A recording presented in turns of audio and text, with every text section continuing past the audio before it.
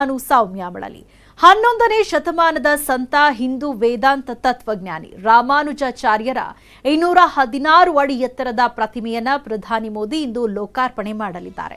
ಹೈದರಾಬಾದ್ನಲ್ಲಿ ನಿರ್ಮಿಸಲಾಗಿರುವ ರಾಮಾನುಜರ ಪ್ರತಿಮೆಯನ್ನ ಚಿನ್ನ, ಬೆಳ್ಳಿ, ತಾಮ್ರ, ಹಿತ್ತಾಳೆ ಹಾಗೂ ಸತು ಈ ಪಂಚಲೋಹಗಳಿಂದ ನಿರ್ಮಾಣ ಮಾಡಲಾಗಿದೆ. ಸಂಜೆ 5ಕ್ಕೆ ಈ ಪ್ರತಿಮೆಯನ್ನ ಪ್ರಧಾನಿ ಮೋದಿ ಲೋಕಾರ್ಪಣೆ ಮಾಡಲಿದ್ದಾರೆ. ಈ ವೇಳೆ ಪ್ರತಿಮೆ ಸುತ್ತಲೂ ನಿರ್ಮಿಸಲಾದ 108 ಅಲಂಕೃತ ಕೆತ್ತನೆಗಳ ದಿವ್ಯ ದೇಸಂ ದೇವಾಲಯಕ್ಕೂ ಮೋದಿ ಭೇಟಿ ನೀಡಲಿದ್ದಾರೆ. ಸಂತ ರಾಮಾನುಜರ ಜೀವನ ಬೋಧನೆಗಳನ್ನ 3D ಮ್ಯಾಪಿಂಗ್ ಮೂಲಕ ಪ್ರದರ್ಶನ ಮಾಡಲಾಗುತ್ತೆ.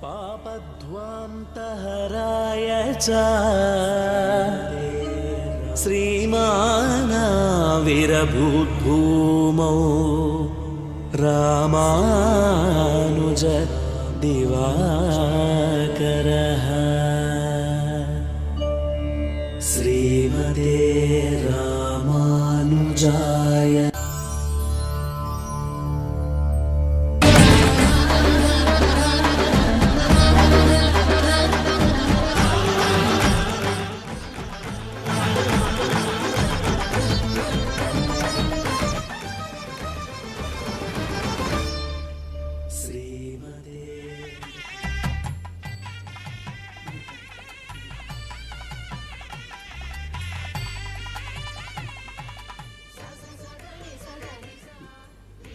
ಇನ್ನು ಈ ಬಗ್ಗೆ ಮಾತನಾಡೋದಕ್ಕೆ ಇತಿಹಾಸ ತಜ್ಞರಾಗಿರುವಂತಹ ಶಲ್ವಪಿಳ್ಳಿ ಅಯ್ಯಂಗಾರ್ ಅವರು ನಮ್ಮ ಜೊತೆ ದೂರವಾಣಿ ಸಂಪರ್ಕದಲ್ಲಿ ಜಾಯ್ನ್ ಆಗಿದ್ದಾರೆ. ಸರ್ ನಮಸ್ತೆ. ನಮಸ್ಕಾರ ಮೇಡಮ್. ಹಿಂದೂ ವೇದಾಂತ ತತ್ವಜ್ಞಾನಿ ರಾಮಾನುಜಾಚಾರ್ಯರ 216 ಅಡಿ ಎತ್ತರದ ಪ್ರತಿಮೆಯನ್ನ ಪ್ರಧಾನಿ ಮೋದಿ ಅವರು ಇವತ್ತು ಅನಾವರಣಗೊಳಿಸ್ತಾ ಇದ್ದಾರೆ. ಸೊ ಇವರ ಹಿನ್ನೆಲೆ ಇತಿಹಾಸದ ಬಗ್ಗೆ ನಾವೆಲ್ಲರೂ ತಿಳ್ಕೊಳ್ಳೋದಾದ್ರೆ, ಶ್ರೀ ರಾಮಾನುಜಾಚಾರ್ಯರ 216 ಅಡಿ ಪ್ರತಿಮೆಯನ್ನ ಇವತ್ತು ಶಂಸಾಬಾದ್ ಅಂತ ಹೈದರಾಬಾದ್ ನ ಪಕ್ಕದಲ್ಲಿ ಏರ್ಪೋರ್ಟ್ ಬಳಿಯಲ್ಲಿ ಮಾಡ್ತಾ ಇದ್ದಾರೆ. ಇದು ಪ್ರಪಂಚದಲ್ಲೇ 2ನೇ ಅತಿ ದೊಡ್ಡ ಕುಳಿತಿರುವ ವಿಗ್ರಹ. ಇದು ಇದ್ರ ವಿಶೇಷ. ಮತ್ತು ಇದರಲ್ಲಿ 9 ಅನ್ನೋ ನಂಬರ್ ನ ತಗೊಂಡಿದ್ದಾರೆ. 2, 1, 6 9ರಲ್ಲೇ ಇದೆಲ್ಲ ಪೂರ್ತಿ 9ರಲ್ಲೇ ಇದೆ. 45 ಎಕರೆ ಇದು ಎತ್ತರ, ಅಳತೆ, ಉದ್ದ, ಅಗಲ, ಭದ್ರವೇದಿ, ಹೋಮ ಮಾಡ್ತಾ ಇರುವ 1035 ಕುಂಡಗಳು ಎಲ್ಲವೂ 9 ಬರಂಗ್ ಮಾಡಿದ್ದಾರೆ. ರಾಮಾನುಜಾಚಾರ್ಯರು ಒಬ್ಬ ಪರಿಪೂರ್ಣ ಸನ್ಯಾಸಿ. ಆ 9 ಅನ್ನೋದು ಪರಿಪೂರ್ಣತೆಯ ಸಂಕೇತ. 9ರ ನಂತರ ನಂಬರ್ ಇಲ್ಲ. 9ರಿಂದ ಗುಣಿಸಿದ್ರು 9 ಇದ್ರಲ್ಲೇ ಬರುತ್ತೆ. ಆ ರೀತಿಯಾದಂತಹದ್ದು. ತಾನು ಕಷ್ಟಪಟ್ಟರು ಪರವಾಗಿಲ್ಲ, ಬೇರೆಯವ್ರಿಗೆ ಒಳ್ಳೇದಾಗ್ಲಿ ಅಂತ ಬಯಸಿದವರು ರಾಮಾನುಜಾಚಾರ್ಯರು. ಅವರ ಮೂಲ ಉದ್ದೇಶ ಅಂದ್ರೆ ಏನು ಅಂದ್ರೆ, ಪ್ರಪಂಚದಲ್ಲಿ ಯಾರು ಬೇಕಾದ್ರು, ಕೇವಲ ಮನುಷ್ಯರು ಮಾತ್ರವಲ್ಲ, ಪ್ರಾಣಿ ಪಕ್ಷಿಗಳಿಗೂ ಕೂಡ ಪರಮಾತ್ಮ ಮೋಕ್ಷವನ್ನ ಕೊಡ್ತಾನೆ, ಭಕ್ತಿ ಒಂದೇ ಮುಖ್ಯ ಅಂತ ಪ್ರತಿಪಾದನೆ ಮಾಡಿದ್ರು. ಜಾತಿ, ಮತ, ಭೇದಗಳು, ಹೆಂಗಸು, ಗಂಡಸು ಮತ್ತು ಭಾರತ ದೇಶದವರು, ಪ್ರಪಂಚದವರು ಯಾವ ಭೇದಗಳೂ ಇಲ್ಲದೆ ಯಾರು ಬೇಕಾದ್ರೂ ಭಕ್ತಿಯಿಂದ ಪರಮಾತ್ಮನನ್ನ ಸೇರಬಹುದು ಅನ್ನೋದು ಅವರ ಒಂದು ಉಪದೇಶ. ಇವರದು 1017ರಲ್ಲಿ ಇವರು ಶ್ರೀಪೆರಂಬುದೂರ್ ಅಂತ ಒಂದು ಜಾಗ ಇದೆ, ಮಡ್ರಾಸ್ ನಿಂದ ಒಂದು 40 ಕಿಲೋಮೀಟರ್ ದೂರ. ಈಗ ಆ ಜಾಗದಲ್ಲಿ ಹುಟ್ಟಿದ್ರು ಅವರು. 1017ರಲ್ಲಿ ಅವರು ತಮಿಳುನಾಡಿನಲ್ಲಿ ಹುಟ್ಟಿ ಇಡೀ ಭರತಖಂಡದಾದ್ಯಂತ ಸಂಚರಿಸಿದ್ರು. ಕರ್ನಾಟಕದಲ್ಲಿ ಮೇಲುಕೋಟೆಯಲ್ಲಿ 12 ವರ್ಷಗಳ ಕಾಲ ಇದ್ರು. ಮತ್ತು ಅವರ ಕಾಲದಲ್ಲಿಯೇ ಮೇಲುಕೋಟೆನಲ್ಲಿ ದಲಿತರಿಗೂ ದೇವಾಲಯದ ಪ್ರವೇಶಾವಕಾಶವನ್ನ ಮಾಡಿಕೊಟ್ರು. ಮತ್ತು ಎಲ್ಲ ವರ್ಗದ ಜಾತಿಯ ಜನಗಳ ಜಾತಿಗಿಂತಲೂ ಹೆಚ್ಚು ಭಕ್ತಿ ಮುಖ್ಯ ಅನ್ನೋದನ್ನ ಪ್ರತಿಪಾದನೆ ಮಾಡಿದ್ರು. ಸೊ ಹೀಗಾಗಿನೇ ಆ ವಿಗ್ರಹಕ್ಕೆ ಸಮಾನತೆ ಪ್ರತಿಮೆ ಅಥವಾ ಸ್ಟ್ಯಾಚ್ಯೂ ಆಫ್ ಈಕ್ವಾಲಿಟಿ ಅಂತ ಕೊಟ್ಟಿದ್ದಾರೆ. ಯಾಕಂದ್ರೆ ಅಲ್ಲಿಯ ತನಕ ದೇವಸ್ಥಾನಕ್ಕೆ ಬೇರೆಯವ್ರನ್ನ ಪ್ರವೇಶ ಮಾಡಿಸ್ತಾ ಇರ್ಲಿಲ್ಲ ಅನ್ನೋದಿತ್ತು. ಆದ್ರೆ 1000 ವರ್ಷದ ಹಿಂದೆಯೇ ರಾಮಾನುಜಾಚಾರ್ಯರು ಕರ್ನಾಟಕದಲ್ಲಿ, ಅದು ರಾಜ ವಿಷ್ಣುವರ್ಧನ, ಹೊಯ್ಸಳ ರಾಜ ವಿಷ್ಣುವರ್ಧನನ್ನ ಅವನ ಹೆಲ್ಪ್ ಇಂದ ದೇವಸ್ಥಾನವನ್ನ ಕಟ್ಟಿಸಿ ಸಹಾಯದಿಂದ ಮೇಲುಕೋಟೆಯಲ್ಲಿ 4 ಜನ ಸ್ಥಾನಾಚಾರ್ಯರನ್ನ ಏರ್ಪಡಿಸಿ ಅವರ ಮೂಲಕ ಎಲ್ಲ ಜಾತಿಯ ಜನಗಳಿಗೂ ಒಂದು ಮುದ್ರಾ ಮತ್ತು ಮಂತ್ರೋಪದೇಶವನ್ನ ಮಾಡಿದ್ರು. ಮತ್ತು ಕಷ್ಟಪಟ್ಟು ಕಲಿತಂತಹ ಮಂತ್ರವನ್ನ ರಾಮಾನುಜಾಚಾರ್ಯರು 18 ಬಾರಿ ಹೋದ್ರು. ಅವ್ರ ಗುರುಗಳು ಹೇಳ್ಕೊಡ್ಲಿಲ್ಲ. 18ನೇ ಬಾರಿ ಹೇಳ್ಕೊಟ್ರು ಅವ್ರಿಗೆ, ಅದು 9. ಆದ್ರೆ ರಾಮಾನುಜಾಚಾರ್ಯರಿಗೆ ಒಂದು ಸೂಚನೆಯನ್ನ ಕೊಟ್ರು ಗುರುಗಳು, ನೀನು ಈ ಮಂತ್ರವನ್ನ ಎಲ್ಲರಿಗೂ ಕೊಡಬಾರದು.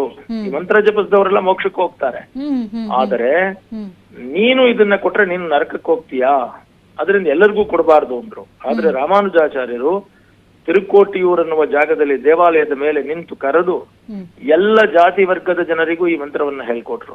ಆಗ ಗುರುಗಳು ಕೋಪದಿಂದ ಬಂದು, ಏನು ರಾಮಾನುಜ ನೀ ಮಾಡಿದ್ದು, ನೀನು ನರಕಕ್ಕೆ ಹೋಗ್ತೀಯ ಅಂದಾಗ ನಾನು ಒಬ್ಬ ನರಕಕ್ಕೆ ಹೋದ್ರೂ ಪರವಾಗಿಲ್ಲ, ನಾನೊಬ್ಬ ಮಾತ್ರ ನರಕಕ್ಕೆ ಹೋಗ್ತೀನಿ, ಆದ್ರೆ ಎಲ್ಲರೂ ಮೋಕ್ಷಕ್ಕೆ ಹೋಗೋದಾದ್ರೆ ನಾನು ನರಕಕ್ಕೆ ಹೋಗೋದಕ್ಕೆ ಸಿದ್ಧ ಅಂತ ಹೇಳಿದ್ರು.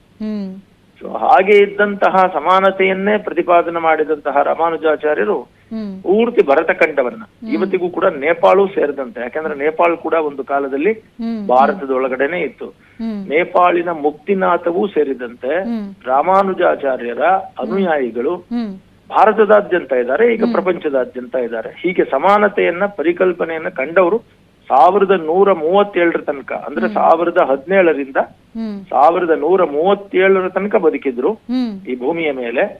ಅವರು ಕಟ್ಟಿದಂತಹ ಪ್ರಸಿದ್ಧವಾದ ದೇವಾಲಯಗಳನ್ನ ಶ್ರೀರಂಗಂ, ಕಾಂಚೀಪುರಂ, ತಿರುಪತಿ, ಮೇಲ್ಕೋಟೆ, ಪೂರಿ ಜಗನ್ನಾಥ, ಇಲ್ಲೆಲ್ಲ ಅವರದು ಬದರಿಕಾಶ್ರಮ, ಮುಕ್ತಿನಾಥ ನೇಪಾಳದಲ್ಲಿ, ಪುಷ್ಕರ, ನೈಮಿಷಾರಣ್ಯ, ಹೀಗೆ ಅವ್ರು ಹೋಗದೆ ಇರೋ ಜಾಗವೇ ಇಲ್ಲ. ಅವರ ಕೃಪೆಯಿಂದಾನೇ ಈ ದೇವಸ್ಥಾನಗಳೆಲ್ಲವೂ ಕೂಡ ಡೆವಲಪ್ ಆದವು. ಸೊ ಹಾಗಾಗಿ ರಾಮಾನುಜರು ಕೇವಲ ಭಕ್ತಿಯನ್ನ ಮಾತ್ರ ಅಲ್ಲ, ಸಂಸ್ಕೃತಿಯನ್ನ ಕೂಡ ಬೆಳೆಸಿದವರು ಭಾರತದಲ್ಲಿ. ಆದ್ದರಿಂದಾನೇ ಅವರ 1000 ವರ್ಷದ ನೆನಪಿಗಾಗಿ 1017ರಿಂದ 2017ರಲ್ಲಿ ಆ ಪ್ರಾಜೆಕ್ಟ್ ಸ್ಟಾರ್ಟ್ ಮಾಡಿದ್ರು. ಅದು ಮುಗಿಸ್ಬೇಕಾಗಿತ್ತು. ಈಗ ಅದನ್ನ ಕಂಪ್ಲೀಟ್ ಮಾಡಿ ಮಾನ್ಯ ಪ್ರಧಾನಮಂತ್ರಿಯವರು ಇಂದು ಸಂಜೆ ಆ ಸ್ಟ್ಯಾಚ್ಯೂ ಆಫ್ ಈಕ್ವಾಲಿಟಿ ಇಮೇಜ್ ಅನ್ನ ಪ್ರಪಂಚಕ್ಕೆ ಲೋಕಾರ್ಪಣೆ ಮಾಡ್ತಾ ಇದ್ದಾರೆ. ಮತ್ತೆ ನಮ್ಮ ಸನ್ಮಾನ್ಯ ರಾಷ್ಟ್ರಪತಿಗಳು ಕೂಡ ಬರ್ತಾ ಇದ್ದಾರೆ. ಅವರದು ರಾಮಾನುಜಾಚಾರ್ಯರ 120 kg ಚಿನ್ನದ ವಿಗ್ರಹ ಇದೆ, ಪ್ಯೂರ್ 24 ಕ್ಯಾರೆಟ್ ಚಿನ್ನ. ಆ ರೀತಿ ಚಿನ್ನದ ವಿಗ್ರಹವನ್ನು ನಮ್ಮ ಸನ್ಮಾನ್ಯ ರಾಷ್ಟ್ರಪತಿಗಳು ಉದ್ಘಾಟನೆ ಮಾಡಲಿದ್ದಾರೆ. 120 kg ಯಾಕೆ ಅಂತ ಕೇಳಿದ್ರೆ, ರಾಮಾನುಜಾಚಾರ್ಯರು 120 ವರ್ಷಗಳ ಕಾಲ ಬದುಕಿದ್ರು. ಕರ್ನಾಟಕದಲ್ಲಿ 12 ವರ್ಷಗಳ ಕಾಲ ಇಲ್ಲಿ ಅವರು ಬದುಕಿದ್ರು. ಸೊ ಇವೆಲ್ಲವನ್ನ ಗಮನದಲ್ಲಿಟ್ಕೊಂಡು ಬಹಳ ವಿಶೇಷವಾಗಿ ಈ ಒಂದು ಪ್ರತಿಮೆಯನ್ನ ಇವತ್ತು ಅನಾವರಣ ಮಾಡ್ತಿದ್ದಾರೆ. ಸರ್, ನೀವು ಹೇಳ್ತಾ ಇದ್ರಿ ಕರ್ನಾಟಕದಲ್ಲೂ ಕೂಡ ಸುಮಾರು 12 ವರ್ಷಗಳ ಕಾಲ ಇದ್ರು, ಮೇಲುಕೋಟೆಯಲ್ಲಿದ್ರು ಅಂತ. ಸೊ ಅವರು ಇಲ್ಲಿದ್ದಂತಹ ಸಂದರ್ಭದಲ್ಲಿ ಕರ್ನಾಟಕದಲ್ಲಿ ಅವರು ತಂದಂತಹ ಸುಧಾರಣೆಗಳು ಅದೆಲ್ಲದರ ಬಗ್ಗೆ ನಾವು ತಿಳ್ಕೊಳ್ತಾ ಹೋಗೋದಾದ್ರೆ, ಮೇಲುಕೋಟೆಗೆ ರಾಮಾನುಜಾಚಾರ್ಯರು ಬಂದಾಗ 1080ರಲ್ಲಿ ಬಂದ್ರು. 1080ರಲ್ಲಿ ಬಂದ್ರು. ಅವರು ಬಂದ ತಕ್ಷಣ ಅವರು ಮೊದಲು ನೋಡಿದಂತಹ ಒಂದು ವಿಚಾರ ಏನು ಅಂತ ಕೇಳಿದ್ರೆ, ಅವರು ವಿಷ್ಣುವರ್ಧನ ಮಹಾರಾಜನನ್ನ ಭೇಟಿ ಮಾಡಿದ್ರು. ವಿಷ್ಣುವರ್ಧನ ಆವಾಗಿನ್ನೂ ಅಧಿಕಾರಕ್ಕೆ ಬಂದಿರಲಿಲ್ಲ. ಹೊಯ್ಸಳ ರಾಜ್ಯದ ಶ್ರೇಷ್ಠವಾದಂತಹ ರಾಜ ಆಗಿದ್ದ. ಚೋಳರು ನಮ್ಮ ರಾಜ್ಯವನ್ನ, ನಮ್ಮ ರಾಜ್ಯದ ಭಾಗಗಳನ್ನ ಆಕ್ರಮಿಸ್ಕೊಂಡಿದ್ರು. ರಾಜರಾಜ ಚೋಳ ಅವರೆಲ್ಲ ಕೂಡ, ತಲಕಾಡು, ಈ ಪ್ರದೇಶಗಳೆಲ್ಲ ಇತ್ತು. ರಾಮಾನುಜರ ಅನುಗ್ರಹದಿಂದ ವಿಷ್ಣುವರ್ಧನ ಮಹಾರಾಜ ಚೋಳರನ್ನ ಕರ್ನಾಟಕದಿಂದ ಆಚೆಗೆ ಹಾಕಿದ. ಸೊ ಹಾಗಾಗಿ 1017ರ ಯುದ್ಧ ಅತ್ಯಂತ ನಿರ್ಣಾಯಕವಾಗಿತ್ತು. ಆ ಯುದ್ಧದಲ್ಲಿ ಚೋಳರ ಮೇಲೆ ಗೆದ್ದ. ಸೊ ಹಾಗಾಗಿ ರಾಮಾನುಜಾಚಾರ್ಯರ ಅನುಗ್ರಹವನ್ನ ಪಡೆದಂತಹ ವಿಷ್ಣುವರ್ಧನ 5 ಪಂಚನಾರಾಯಣ ಕ್ಷೇತ್ರಗಳನ್ನ ರಾಮಾನುಜರ ನಿಯಮದಂತೆ ಕಟ್ಟಿಸಿದ, ಅಂದ್ರೆ ಅವರ ಅಣತಿಯಂತೆ, ಆಜ್ಞೆಯಂತೆ ಕಟ್ಟಿಸಿದ. ಅದನ್ನ ಕರ್ನಾಟಕದ ಪಂಚನಾರಾಯಣ ಕ್ಷೇತ್ರಗಳು ಅಂತ ಕರೀತಾರೆ. ಮೊದಲನೇದು ತಲಕಾಡು ಕೀರ್ತಿ ನಾರಾಯಣ, ಎರಡನೇದು ತೊಂಡನೂರು ನಂಬಿನಾರಾಯಣ, ಮೇಲುಕೋಟೆಯ ಚೆಲುವನಾರಾಯಣ, ಬೇಲೂರಿನ ವಿಜಯ ನಾರಾಯಣ, ಅದನ್ನ ಚೆನ್ನಕೇಶವ ಟೆಂಪಲ್ ಅಂತ ಕರೀತಾರೆ, ಮತ್ತು ಗದುಗಿನ ವೀರನಾರಾಯಣ. ಈ 5 ನಾರಾಯಣರನ್ನ ಪೂರ್ತಿಯಾಗಿ ಕಟ್ಟಿಸಿದ್ದು ಅವರ ಆಧಾರದ ಮೇಲೆನೆ, ಅಂದ್ರೆ ಅವರ ಆಜ್ಞೆ ಅಂತ. ಅದೇ ರೀತಿ ತೊಂಡನೂರಿನಲ್ಲಿ ಕೃಷಿಕರಿಗೆ ಅನುಕೂಲ ಆಗ್ಲಿಂದ ಒಂದು ದೊಡ್ಡ ಕೆರೆಯನ್ನ ಕೂಡ ರಾಮಾನುಜಾಚಾರ್ಯರೇ ಕಟ್ಟಿಸಿದ್ರು. ಇವತ್ತಿಗೂ ಕೂಡ ಆ ತೊಣ್ಣೂರು ಕೆರೆ ಅಂತಿದೆ, ಅದರಲ್ಲಿ ಸಾವಿರಾರು ಹಳ್ಳಿಗಳಿಗೆ ನೀರು ಹೋಗುತ್ತೆ ಇವತ್ತಿಗೂ ಕೂಡ. ಮತ್ತು ಅಲ್ಲಿಂದ ಅವರು ಮೇಲುಕೋಟೆಗೆ ಬಂದ್ರು, ಅಲ್ಲಿ ಮಠವನ್ನ ಸ್ಥಾಪನೆ ಮಾಡಿಸ್ಕೊಂಡ್ರು, ಯದುಗಿರಿ ಯತಿರಾಜ ಮಠ ಅಂತ. ಈಗ್ಲೂ ಕೂಡ ಅದರಲ್ಲಿ ಸ್ವಾಮಿಗಳಿದ್ದಾರೆ. ಯತಿರಾಜ ಮಠವನ್ನ ಕಟ್ಟಿ ಅಲ್ಲಿ 4 ಜನ ಸ್ಥಾನಾಚಾರ್ಯರನ್ನ, ಅಂದ್ರೆ ಯತಿರಾಜ ದಾಸರ್ ಮತ್ತು ತಿರುವನಂತಪುರ ದಾಸರ್, ತಿರುಕುರುಂಗುಡಿ ದಾಸರ್, ಮಾಲಾಕಾರ ದಾಸರ್ ಅನ್ನುವಂತಹ ಹೆಸರಲ್ಲಿ 4 ಸ್ಥಾನಾಚಾರ್ಯರನ್ನ ಅವರು ನೇಮಿಸಿ ಅವರ ಮೂಲಕ ಸಮಾಜದ ಎಲ್ಲ ವರ್ಗದವರಿಗೆ ಮಂತ್ರೋಪದೇಶವನ್ನ ಮಾಡಿಸಿದ್ರು. ಸಾವಿರಾರು ಹಳ್ಳಿಗಳಲ್ಲಿ ಎಲ್ಲರನ್ನು ಕರೆದು ಅವರೆಲ್ಲರಿಗೂ ದೀಕ್ಷೆಯನ್ನ ಕೊಟ್ಟು, ಇವಾಗೆಲ್ಲ ನೀವು ನೋಡಿರ್ಬೋದು, ಎಲ್ಲಾ ಹಳ್ಳಿಗಳಲ್ಲೂ ವೈಷ್ಣವರು ಅಂತ ಇರ್ತಾರೆ, ಎಲ್ಲ ಜಾತಿ ಜನಗಳು ಇರ್ತಾರೆ. ಅವರೆಲ್ಲ ನಾಮ ಹಾಕೊಳ್ಳೋದು ಮತ್ತು ವೆಂಕಟೇಶ್ವರ ಸ್ವಾಮಿ, ನಾರಾಯಣನ ಪೂಜೆ ಮಾಡೋದು ಮಾಡ್ತೀವಿ, ಎಲ್ಲವನ್ನು ಅವರು ಮಂತ್ರೋಪದೇಶ ಎಲ್ಲ ಮಾಡಿಸಿ ಅವರಿಗೆಲ್ಲ ಸಂಸ್ಕಾರವನ್ನು ಕೊಟ್ಟು ಎಲ್ಲರೂ ಒಂದೇ, ನಾವೆಲ್ಲ ಯಾರು ಬೇರೆ ಅಲ್ಲ ಅನ್ನುವಂತಹ ಭಾವನೆಯನ್ನ ಉತ್ಪತ್ತಿ ಮಾಡಿದ್ರು. Okay sir, thank you so much. ಸಾಕಷ್ಟು ವಿಚಾರಗಳನ್ನ ನಮ್ಮ ಜೊತೆ ಹಂಚ್ಕೊಂಡ್ರಿ. Thank you.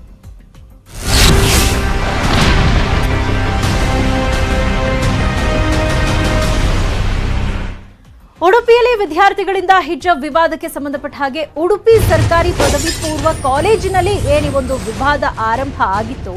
ಆದರೆ ಕಾಲೇಜು ಸೇರುವಂತಹ ಸಂದರ್ಭದಲ್ಲಿ ಈ 8 ಮಂದಿ ವಿದ್ಯಾರ್ಥಿನಿಯರು ಏನಿದ್ದಾರೆ ಅವರು ಕಾಲೇಜ್ ಸೇರುವಾಗ ಸಹಿಯನ್ನ ಹಾಕಿದ್ರು. ಅಡ್ಮಿಷನ್ ಲೆಟರ್ನಲ್ಲಿ ಸ್ಪಷ್ಟವಾಗಿ ನಮೂದನ್ನ ಮಾಡಲಾಗಿತ್ತು ಸಮವಸ್ತ್ರ ಕಡ್ಡಾಯ ಅಂತ. ಆ ಸೂಚನೆಗೆ ಒಪ್ಪಿ ಸಹಿಯನ್ನ ಹಾಕಿದ್ರು ನ್ಯೂಸ್ 18 ಕನ್ನಡದ ಬಳಿ. ಇದೀಗ ಈ 8 ಮಂದಿ ವಿದ್ಯಾರ್ಥಿನಿಯರು ಸಹಿ ಹಾಕಿರುವಂತಹ ಪತ್ರ ಲಭ್ಯವಾಗಿದೆ.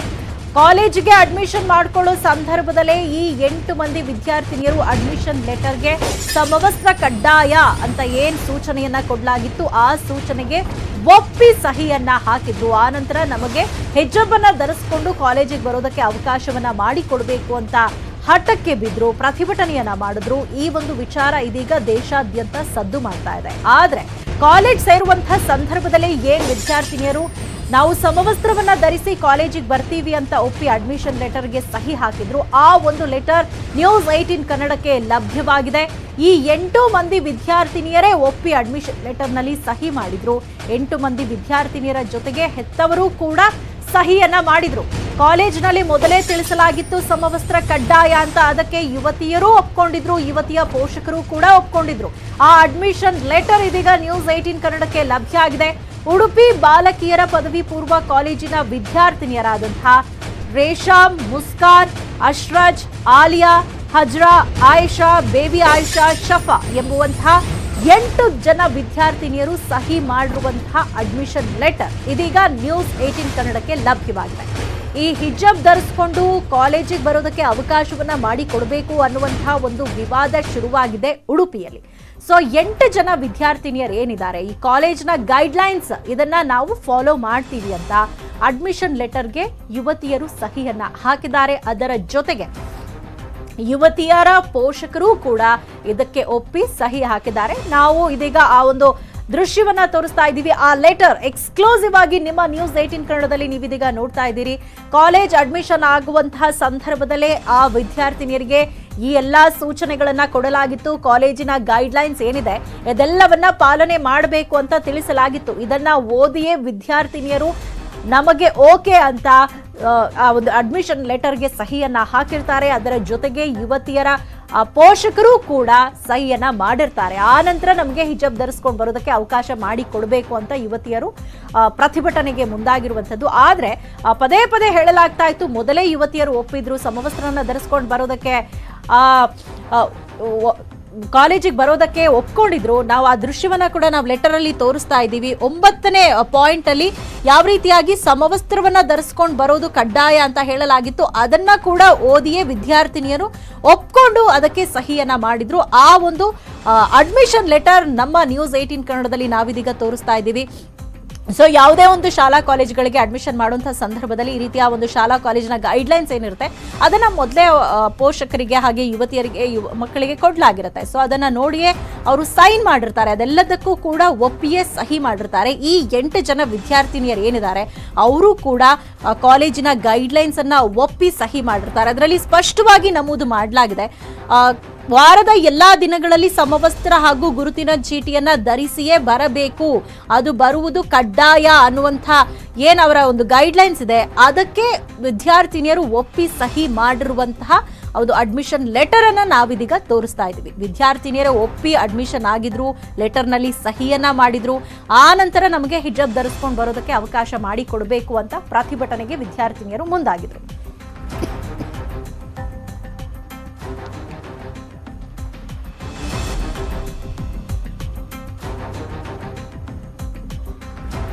ಈ ಬಗ್ಗೆ ಹೆಚ್ಚಿನ ಮಾಹಿತಿಯನ್ನು ಪಡ್ಕೊಳ್ಳೋಣ. ನಮ್ಮ ಪ್ರತಿನಿಧಿ ಕಿಶನ್ ಶೆಟ್ಟಿ ಇದೀಗ ನಮ್ಮ ಜೊತೆ ನೇರ ಸಂಪರ್ಕದಲ್ಲಿ ಜಾಯ್ನ್ ಆಗಿದ್ದಾರೆ. ಕಿಶನ್, ಇವತ್ತು ಇಡೀ ದೇಶಾದ್ಯಂತ ದೊಡ್ಡ ಮಟ್ಟದಲ್ಲಿ ಸದ್ದು ಮಾಡ್ತಾ ಇರುವಂತದ್ದು ಮುಸ್ಲಿಂ ವಿದ್ಯಾರ್ಥಿನಿಯರಿಗೆ ಹಿಜಾಬ್ ಅನ್ನ ಧರಿಸಿಕೊಂಡು ಕಾಲೇಜಿಗೆ ಬರೋದಕ್ಕೆ ಅವಕಾಶವನ್ನ ಮಾಡಿ ಕೊಡಬೇಕು ಅಂತ. ಆದ್ರೆ ಈ ಒಂದು ವಿವಾದ ಶುರುವಾಗಿದೆ ಉಡುಪಿಯ ಬಾಲಕಿಯರ ಹಿರಿಯ ಪ್ರಾಥಮಿಕ ಕಾಲೇಜಿನಲ್ಲಿ ಶುರುವಾಗಿದ್ದು. ಮೊದಲಿನಿಂದಲೂ ಹೇಳಲಾಗ್ತಾ ಇತ್ತು ವಿದ್ಯಾರ್ಥಿನಿಯರು ಮೊದಲಿಗೆ ಒಪ್ಪಿದ್ರು, ಅವರೇ ಸಹಿ ಮಾಡಿದ್ದಾರೆ, ಆ ನಂತರ ಇವರು ಹಿಜಾಬ್ ಧರಿಸ್ಕೊಂಡು ಬರೋದಕ್ಕೆ ಅವಕಾಶ ಮಾಡಿ ಕೊಡಬೇಕು ಅಂತ. ಈಗ ವಿದ್ಯಾರ್ಥಿನಿಯರೇ ಒಪ್ಪಿರುವಂತಹ ಅಡ್ಮಿಷನ್ ಲೆಟರ್ ನ್ಯೂಸ್ 18 ಕನ್ನಡಕ್ಕೆ ಲಭ್ಯವಾಗಿರುವಂತದ್ದು. ಈಗೇನ್ ಹೇಳ್ತಾರೆ ಹಾಗಾದ್ರೆ ಅಂತ?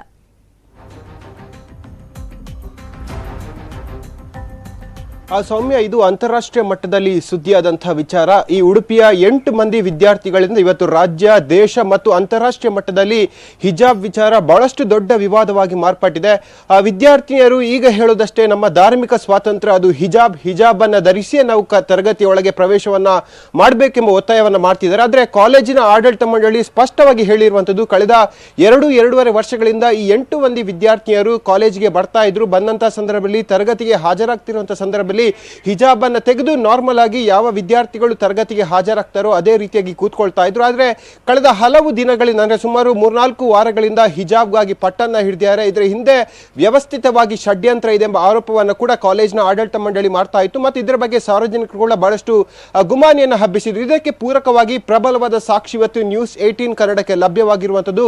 ಯಾಕಂದ್ರೆ ಈ ವಿದ್ಯಾರ್ಥಿಯರು ಕಾಲೇಜಿಗೆ ಸುಮಾರು 2020ನೇ ಇಸ್ವಿಯಲ್ಲಿ ಜಾಯ್ನ್ ಆಗಿದ್ರು. ಇದು ಪದವಿ ಪೂರ್ವ ಕಾಲೇಜು.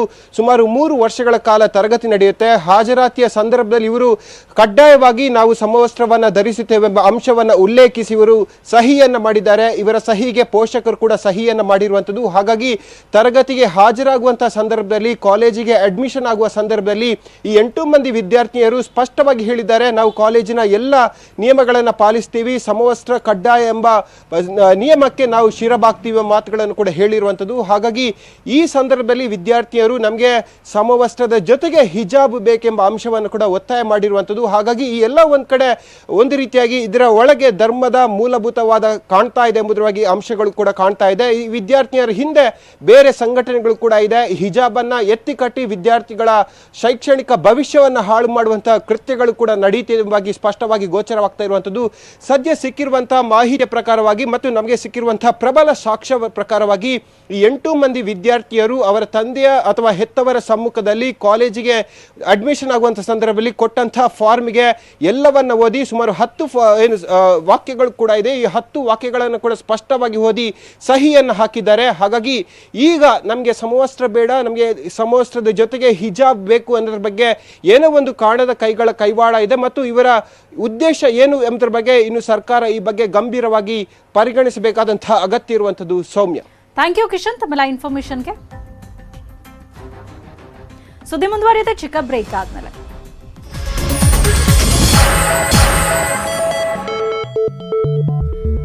ಹಿಜಾಬ್ ಬಗ್ಗೆ ಕಾಂಗ್ರೆಸ್ ನಾಯಕ ರಾಹುಲ್ ಗಾಂಧಿ ಟ್ವೀಟ್ ಮಾಡಿದ್ದಾರೆ. ರಾಹುಲ್ ಗಾಂಧಿ ಟ್ವೀಟ್ಗೆ ಸಚಿವ ಸುಧಾಕರ್ ತಿರುಗೇಟನ್ನ ಕೊಟ್ಟಿದ್ದಾರೆ. ರಾಷ್ಟ್ರೀಯ ನಾಯಕರ ಹೇಳಿಕೆ ದೇಶದ ಅಭದ್ರತೆ, ಅಶಾಂತಿಗೆ ಕಾರಣವಾಗುತ್ತೆ ಅಂತ ಸುಧಾಕರ್ ಹೇಳಿದ್ದಾರೆ.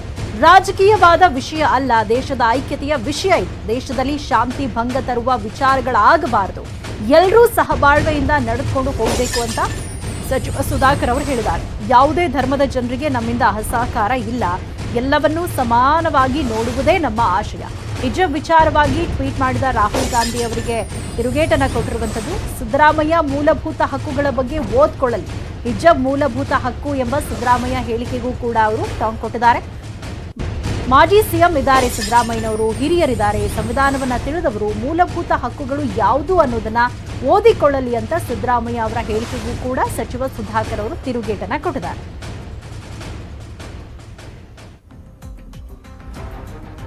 ರಾಹುಲ್ ಗಾಂಧಿ ಅವರು ಟ್ವೀಟ್ ಅನ್ನ ಮಾಡಿದ್ರು. ಹಿಜಾಬ್ ವಿಚಾರಕ್ಕೆ ಸಂಬಂಧಪಟ್ಟ ಹಾಗೆ ರಾಹುಲ್ ಗಾಂಧಿ ಅವರೇನ ಟ್ವೀಟ್ ಅನ್ನ ಮಾಡಿದ್ರು. ಇದಕ್ಕೆ ಸಂಬಂಧಪಟ್ಟ ಹಾಗೆ ಸಚಿವ ಸುಧಾಕರ್ ಅವರು ಕೂಡ ಈಗ ರಿಯಾಕ್ಟ್ ಅನ್ನ ಮಾಡಿರುವಂಥದ್ದು. ರಾಷ್ಟ್ರೀಯ ನಾಯಕರು ಈ ರೀತಿಯಾದಂತಹ ಸ್ಟೇಟ್ಮೆಂಟ್ ಅನ್ನ ಕೊಡುವಂಥದ್ದು ಸರಿಯಲ್ಲ ಅಂತ ಹೇಳಿದ್ದಾರೆ. ಸಚಿವ ಸುಧಾಕರ್ ಅವರು ತಿರುಗೇಟನ್ನ ಕೊಟ್ಟಿರುವಂಥದ್ದು. ದೇಶದಲ್ಲಿ ಅಭದ್ರತೆ, ಅಶಾಂತಿಗೆ ಕಾರಣವಾಗುತ್ತೆ, ರಾಜಕೀಯವಾದಂತಹ ವಿಷಯ ಅಲ್ಲ ಇದು, ದೇಶದ ಐಕ್ಯತೆಯ ವಿಷಯ, ದೇಶದಲ್ಲಿ ಶಾಂತಿ ಭಂಗ ತರುವಂತಹ ವಿಚಾರಗಳಾಗಬಾರದು ಅನ್ನುವಂಥ ಮಾತನ್ನ ಸುಧಾಕರ್ ಅವರು ಹೇಳಿದ್ದಾರೆ.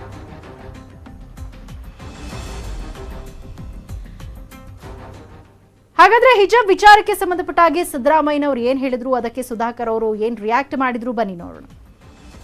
ಹೇಳ್ಬಿಟ್ಟವ್ರೆ ಕಡ್ಡಾಯ ಮಾಡಿ ಯೂನಿಫಾರ್ಮ್ನ ಅಂತ, ಅದಕ್ಕೋಸ್ಕರವಾಗಿ ನೀವೆಲ್ಲ ತೆಗೆದಾಕ್ಬಿಡಿ, ಸ್ಕ್ರಾಪ್ ಎಲ್ಲ ತೆಗೆದಾಕ್ಬಿಟ್ಟು ಬದ್ರಿ ಅಂತಂದ್ರೆ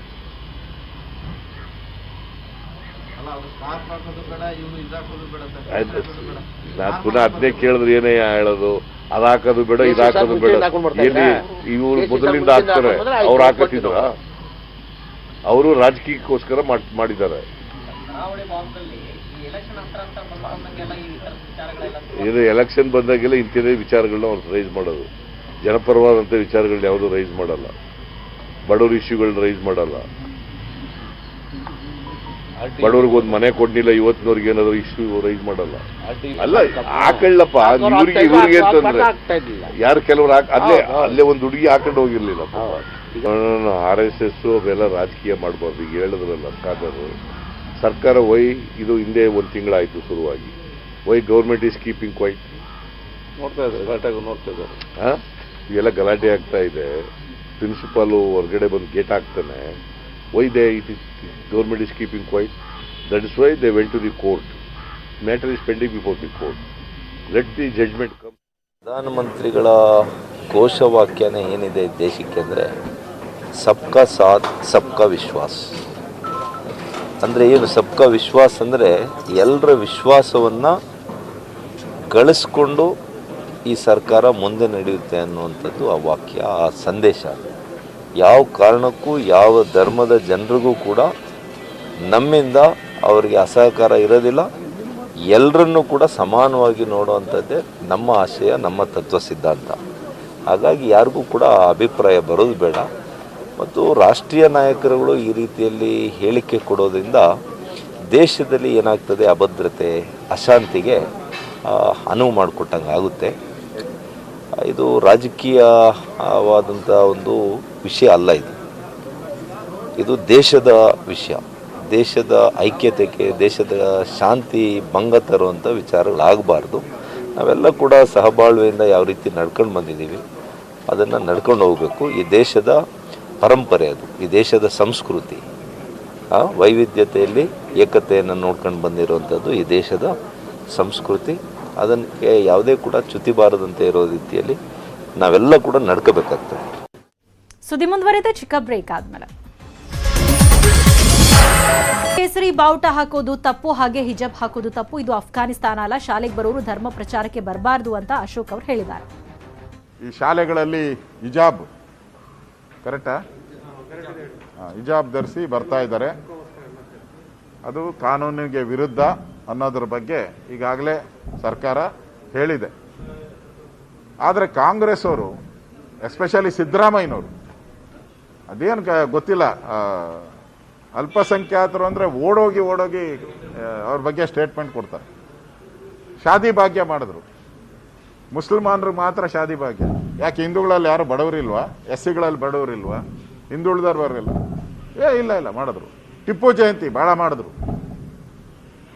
ನಾವು ಟಿಪ್ಪು ಬಗ್ಗೆ ಏನೇನು ಕಾಮೆಂಟ್ಗಳು ಬಂದಿದೆ ಅದೆಲ್ಲ ನಾವು ನೋಡಿದ್ರಿ. ನಾವು ಕಾಂಗ್ರೆಸ್ ಅವರು ಎಲ್ಲೋ ಒಂದು ಕಡೆ ಈ ಒಂದು ಘಟನೆ ಕೂಡ ಹಿಜಾಬ್ದು ಇದೆಯಲ್ಲ, ನನಗನ್ಸುತ್ತೆ ಇದು ಕಾಂಗ್ರೆಸ್ಸಿನ ಪ್ರೇರಿತವಾದಂಥ ಒಂದು ಘಟನೆ ಅಂತ ಅನಿಸುತ್ತೆ.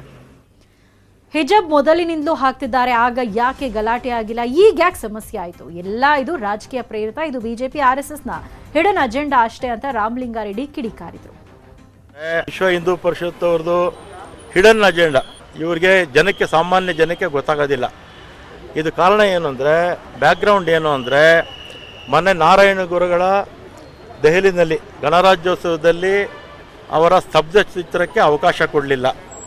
ಆ ಭಾಗದಲ್ಲಿ ಸೌತ್ ಕೆನರಾ, ನಾರ್ತ್ ಕೆನರಾ ಈ ಭಾಗದಲ್ಲೆಲ್ಲ ಏನಾಯಿತು, ಸರ್ಕಾರಕ್ಕೆ ವಿರೋಧ ಆಯಿತು.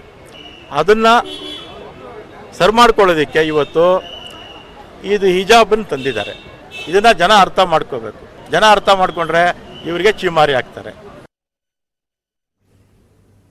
ಇದಿಷ್ಟು ಸದ್ಯದ ನ್ಯೂಸ್ ಅಪ್ಡೇಟ್ಸ್. ನೋಡ್ತಾರೆ ನ್ಯೂಸ್ 18 ಕನ್ನಡ. ಜಾಲ ನಮ್ಮದು, ಬಲ ನಿಮ್ಮದು.